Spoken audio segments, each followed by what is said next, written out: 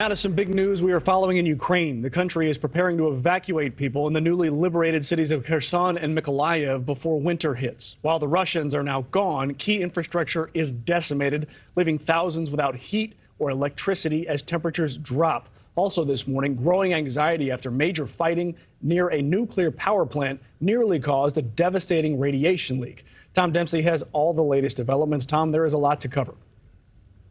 Yeah, concerning developments we're continuing to follow on the front lines of this Ukrainian war, with the head of the Russian nuclear agency warning of possible nuclear accidents this morning if fighting continues near Europe's largest nuclear power plant. We're talking about the Zaporizhzhia nuclear power plant, which provided a fifth of power to all of Ukraine before this war broke out in Ukraine months ago. And while the plant got shut down due to the conflict, recent shooting battles between the two sides near the reactors have gotten far too close to the plant and risk damaging a radioactive water storage building.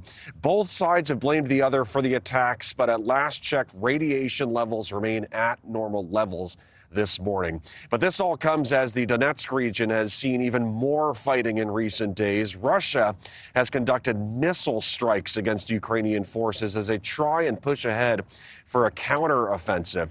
Russia withdrew its forces from Kherson earlier this month and moved them to reinforce other areas in this region. But, Mitch, with all this fighting around the nuclear power plant and energy infrastructure being targeted, this has led to a lot of power outages across Ukraine. And keep in mind, winter can be brutal in that area of the world. So Russia, is really deliberately attacking these energy infrastructure buildings to make things miserable, not only for forces, but also just the general public in Ukraine. But Ukrainian leaders continue to say they will keep fighting for their cause, Mitch.